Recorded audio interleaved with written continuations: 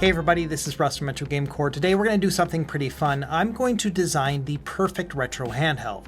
Over the years, we've seen a lot of options pop up, and some of these have really excellent features but fall short in other ways. And so in this video, we're going to compile together all of these features and hopefully create a Frankenstein's monster that will become my perfect handheld. And right off the bat, this is going to be a bit of a subjective video just because I'm going to use my own personal preferences to put all of this together, but hopefully I will explain that as we go along. And so right off the bat, I'm going to be focusing on retro handhelds, those that play 4x3 systems in particular, basically up through the PS2 and GameCube era. I personally think that when it comes to wider devices, we are so very close to what I would consider to be a perfect handheld right now, between devices like the Retroid Pocket 6 and the Odin 3. These are very powerful with OLED displays that go up to 120 Hz, and they have excellent control. So I don't really feel like there's a gap right here with these wider devices. And I think the argument could be made that there are endgame handhelds available too, between the Analog Pocket and the ability to use FPGA and also the cartridges themselves, and then also the Retroid Pocket Classic with these excellent controls and an OLED panel, and then finally the RG477V from Anbernic, which has a powerful processor and a big beautiful display. And so I don't feel as much urgency to make a perfect vertical handheld when I've got these three options right now. And the same could be said about the AYN Thor as a clamshell and dual screen device. This kind of covers everything for me, so I don't really feel a need to improve upon this one either. And so what I'm looking at today is like an upgraded version of the Retroid Pocket Mini. Nice and compact, to be able to play my favorite retro games on it, and to cap out around the GameCube PS2 era. So I'm going to break this down into four major categories of things I'm going to focus on, and the first is going to be the screen. I think that that's the leading feature with any of these retro style handhelds because everything else gets built around that. And so first up is choosing an aspect ratio, and there's so many options between 4x3 and 3x2 and 5x3, and I think that 3x2 and 5x3 are good all around aspect ratios, but 4x3 is going to be the best fit for actual 4x3 content, and so that's what I would want in a retro handheld. And so for me, it is a bit magical to get 4x3 content playing on a 4x3 display and scaling very well too, which is the next thing I want to talk about, which is the resolution. And one of my favorite tools to poke around with is this website called Console to Screen. I'll leave a link down below. It's really fun to just test out different screens and aspect ratios to see how all these classic systems actually fit. And after messing around with this for some time, I've settled on the idea that 1920 by 1440 is the ideal resolution when playing 4x3. If you look at each of these systems, there is a surprising number of them that will be integer scaled when using this specific resolution. Game Boy, Game Boy Color, and Game Gear are all going to be a 10x resolution scale, and then also Game Boy Advance will be an 8x integer scale too. Your classic home console systems will likely be close to a 6x integer scale. It really will depend on the game and the system you're using, but there's a lot of room to work with when you have this high of a resolution. Same thing when it comes to all of your more recent 4x3 systems, PS1, Nintendo 64, Dreamcast, PS2, and GameCube. They're all going to scale to a 6 or 3x integer scale depending on what system you're playing. And so for me, this looks like the ideal pairing. It is a high resolution, and I don't think there are any screens with a 4x3 aspect ratio that have this particular resolution, but if somebody was to make something like this, I think it would be endgame. Now, once we've got the resolution down, which again I think should be 1920 by 1440, we now have to talk about screen size. And here are three major options that I considered. The first would be 4 inches on the RG405M, which I think is a really excellent, smaller, compact size. And then we have the iNeo Pocket S Mini with a 4.3-inch display, which is a bit more impressive. And then finally, we've got the big one, the RG477M, which has a 4.7-inch display. Now, in most use cases, when it comes to a screen, bigger is better, but I do think that 4.7 inches is really nice, but might be just a little bit too big for the handheld itself. It makes the device itself quite large. So I think among the options that I've seen so far in my 6-ish years that I've been doing this channel, I feel like 4.5 inches, somewhere between these two right here, would be the ideal size. Not too big, not too small, but still very impressive as you're using it. So I'm going to go with 4.5 inches as my ideal size. And the PPI, or pixels per inch, of a device that is 4.5 inches with a resolution of 1920 by 1440 is very high, 533 PPI. There are some devices out there with more pixel density, like the Analog Pocket, but nothing at this size, and so that's why I think it would be very impressive to use. Not only that, all of the other systems that aren't 4x3 will still be a relatively large size. Game Boy, Game Boy Color will be 4 inches, Game Boy Advance will be 4.3 inches, and even something that's 16 by 9, like the PSP, is 4.1 inches, which I think is still going to be very impressive to play on a 4x3 device. So even though I don't have a device here to show off with 4.5 inches, I think that would be the ideal size with a 4x3 aspect ratio handheld. And then finally, the other really important aspect for me is going to be the type of display and its refresh rate. And so I've got a couple ideas and examples. Number one is going to be that I would prefer to have an AMOLED panel. We don't have many that are OLED and 4x3. The closest we have is the Retroid Pocket 6, which is not a true 4x3. I think it's 31:29 aspect ratio. So I would think that if they're going to be making a new screen with 4.5 inches and a higher resolution, also make it OLED. I think that will really stand out. On top of that, a 120 Hz refresh rate like on the RG477M is really important too, especially if you're going to be focusing on retro games, because we can use features like black frame insertion or CRT beam simulator shaders. I will leave a video link down below where I go over all of that stuff and why it's important when it comes to retro gaming. But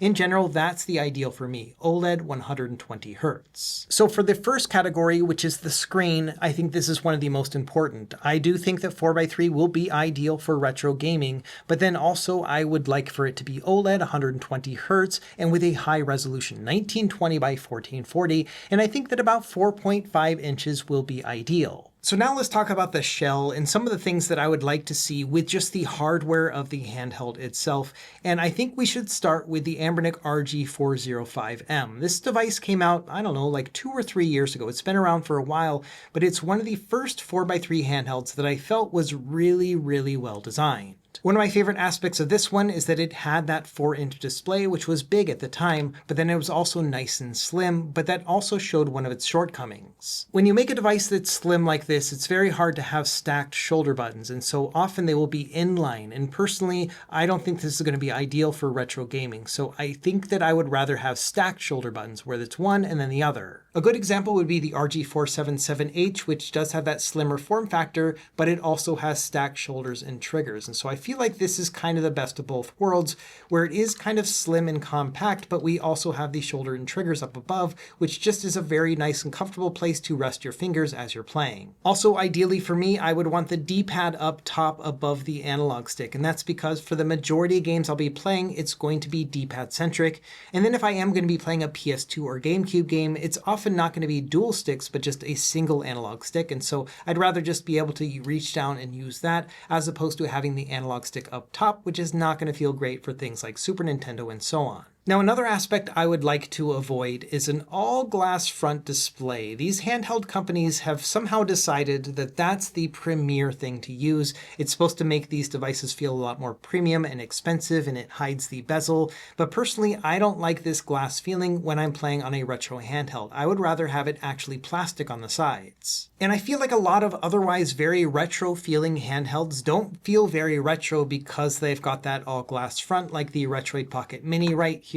or the iNeo Pocket S Mini. That all glass does feel a little bit cool to the touch, but for me personally, I would rather have something actually feel retro as I'm holding it. Honestly, I think the handheld that gets the closest to what I'm envisioning is the iNeo Pocket Air Mini. This one does not have an all glass front to it, thank goodness, and it's just a nice plastic shell altogether. So I think this one feels pretty great. It's got stacked shoulder buttons. It does have a little bit of an ergonomic bump here on the back, but it aligns to the shoulder buttons too, so I think it's actually relatively comfortable. This one's got a 4.3-inch display, so I envision it being slightly larger with a 4.5-inch device, and I think that's going to be just about perfect. Another thing I like about this handheld, it's got a pretty nice amount of thickness to it. I feel like this gives it space for the cooling system underneath, and therefore I think that this is pretty ideal in terms of overall size. Now, this is not a perfect design. There are some things I would definitely change about it. We'll talk about it later when we talk about buttons and stuff, but one of the other things I think that could be improved upon is the texture on the back. It's just now just a somewhat matte plastic.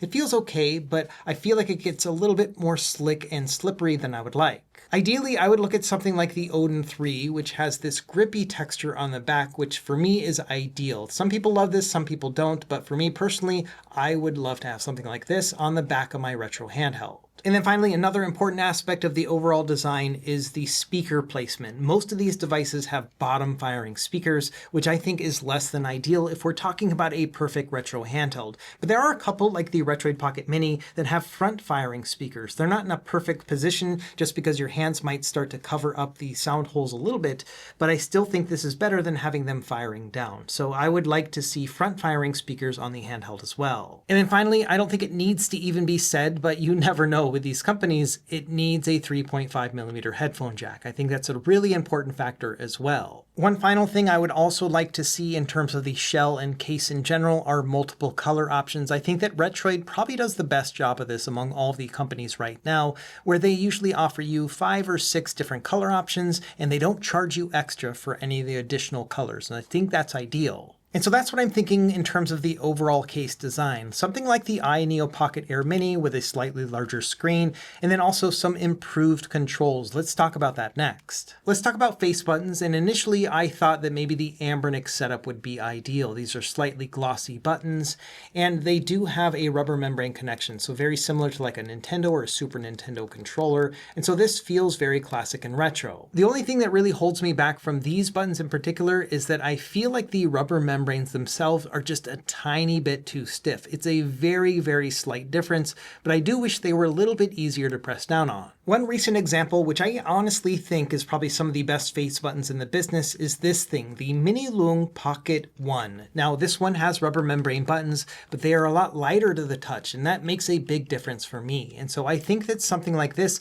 would actually be a bit better than the Anbernics. And if we're talking about the perfect face buttons, I honestly think it's the Odin 2 Mini that has just the ones that really knock it out of the park. They are crystal style buttons, so kind of look like a PS Vita, but they are rubber membrane, very light to the touch, kind of light travel to them, and I think that this is ideal. So honestly, I think I would want to have face buttons like the Odin 2 Mini. They are just so satisfying to press down on. Other face buttons that I think I would really like for companies to take more inspiration from are the Nintendo Switch Lite buttons of all things. These are really nice, like they're super light to the touch, nice and quiet, and also rubber membrane. And so I think something between the Odin 2 Mini or the Nintendo Switch Lite would be ideal. Now, as far as D-pad, I'm kind of torn between two major designs. The first would be the Retroid or the Odin design, which has a dome switch D-pad very reminiscent of the PlayStation Vita. This one is highly accurate and nice and soft and quiet too. So I think like something like this would be ideal, but it's not quite as retro feeling as I would like. If you're looking for a very classic retro style D-pad, then I think that something like Anbernic would be ideal. It's kind of modeled after the Super Nintendo controller. It's got a rubber membrane connection to it, much like their face buttons. It's a little bit more stiff than I would like, but still very good too. So I wouldn't be mad about either of these. Either something that's classic and retro like this, or something that's highly accurate with dome switches like on the Retroid Pocket 6 or the Odin 3 and so on. I think if I had to make a choice, I would go with the classic retro rubber membrane one like on an Anbernic device, just because this is going to feel more aligned to my own childhood and the devices I played on. But again, I think that you could go either way. Now, when it comes to analog sticks, we've got many similar options, and that's because most of them use the same housing and overall Hall sensor stick that we've been seeing from Retroid and other products over the years. And so I think it really comes down to the height as well as the cap that's on the stick, and personally, I think the Retroid Pocket 6 is the ideal right now. It doesn't stick out too much, but you have a nice range of motion, and then also it's got a really grippy outer texture to it. It's the same kind of cap as on the AYN Thor. And so this is what I personally would like to see on my retro handheld of choice as well. Something that's nice and grippy, doesn't stick out too much, and has a wide range of motion. You could put some RGB lighting in it like these devices too. I don't really care one way or the other, but in general, I just like the overall feel and height and size of this stick. Now, as far as shoulders and triggers, I think that the iNeo Pocket Mini probably has the best of the bunch. The shoulder buttons in particular are super light to the touch, very easy to press down on. They just feel great. Same thing with these triggers. They've got a good range of motion to them. They are nice and large and big enough for your whole finger. And so I think that a setup like this would be ideal. My only wish for this is that it had a grippier texture on both the shoulder and trigger buttons, kind of aligned to what I would like to see on the back of the plastic shell as well. I think the grippy texture on the Odin 3 is ideal. It's very subtle, but it's just enough to give you that added grip. And so I'd like to see something like this on my perfect retro handheld. And then finally, when we're talking about buttons, the last thing I think is very important is the placement of the start and select buttons. So many companies put them in random spots. On the Amernic devices, they put select and start on the bottom right.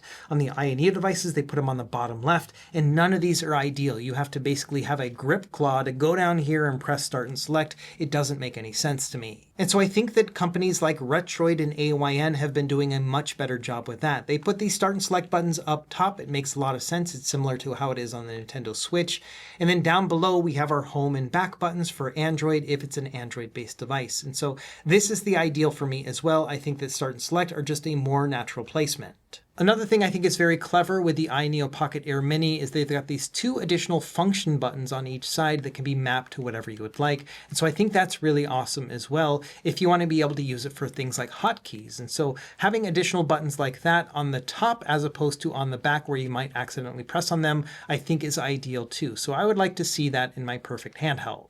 Okay, we have now knocked out 3 of the 4 major categories. We talked about the screen, the overall shell and design, and then also the buttons. So now let's talk about its processing power. And for me, this one is a no-brainer. I think that we should have the Snapdragon 8 Gen 2 in one of these smaller devices. It's not the most powerful, but it is very powerful of a CPU, and it has a lot of additional functions to it. The first being that it's going to have Adreno drivers and compatibility. That means you can use things like turnip drivers, and that's going to allow you to use other high-end emulators really well. The only small handheld that's a 4:3 aspect ratio that has a similar processor is this one, the iNeo Pocket S Mini, which has the G3X Gen 2 from Snapdragon, so almost the equivalent of the 8 Gen 2 in terms of performance and has that same compatibility. So something like this I think would be ideal. In terms of emulation, that means you'll be able to play up through PlayStation 2 no problem and be able to upscale it to a 3x resolution scale, which will fit the ideal resolution that I'd already mentioned before. And so that would be a perfect pairing between the performance power as well as the screen itself. And even though I think my perfect retro handheld will mostly be focused on retro game emulation, you're going to have enough power to be able to play PC games, and many of them will scale nicely to a 4:3 aspect ratio.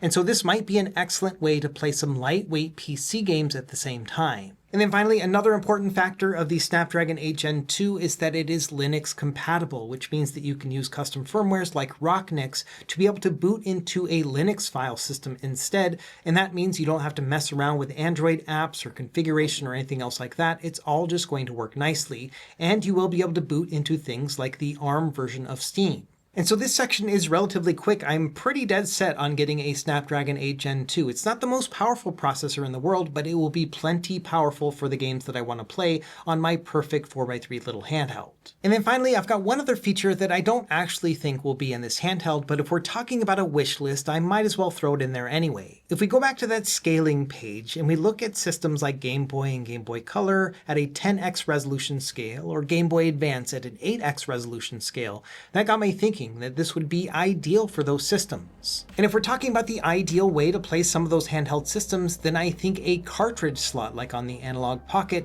would be amazing. Can you imagine just popping in your favorite Game Boy Advance or Game Boy Color game and just playing it directly on here? Now, there's many reasons why I don't think this is likely at all. Number one is that you would need an FPGA, which is a different type of hardware than what we were talking about with those cell phone chips like the Snapdragon 8 Gen 2, so it's not something that's really compatible at all. In addition, I don't think there's going to be space for an entire cartridge slot on a smaller handheld either. But man, a guy can dream, and I think that would be kind of crazy to be able to have a very powerful Android-based or Linux-based device, but then also an FPGA inside of it with the ability to use your own cartridges. So there we go. That's my wrap-up of what I would expect to see in a perfect 4:3 retro gaming handheld. Believe it or not, this is one of the most common questions I've seen over the years is, Russ, if you were to make a handheld, how would you design design it. And if money was no exception, that's exactly what I would want to see. Now, with all the features that we talked about here, minus that cartridge reader, which I don't think is actually possible, I would expect to pay upwards of $300+ for something like that, just given the current market conditions and the chipset prices and making a new screen like what I would like to see. All that together would probably cost, about $300 or more, and honestly, I would probably pay for that. Like, I just want a one and done handheld as opposed to getting a new one of these every single month. And so, let me know what you think in the comments down below. If you were to build a 4:3 aspect ratio device, how would you build it? What would you do different than I did? As always, thank you for watching. Be sure to like and subscribe if you found this helpful, and we will see you next time. Happy gaming.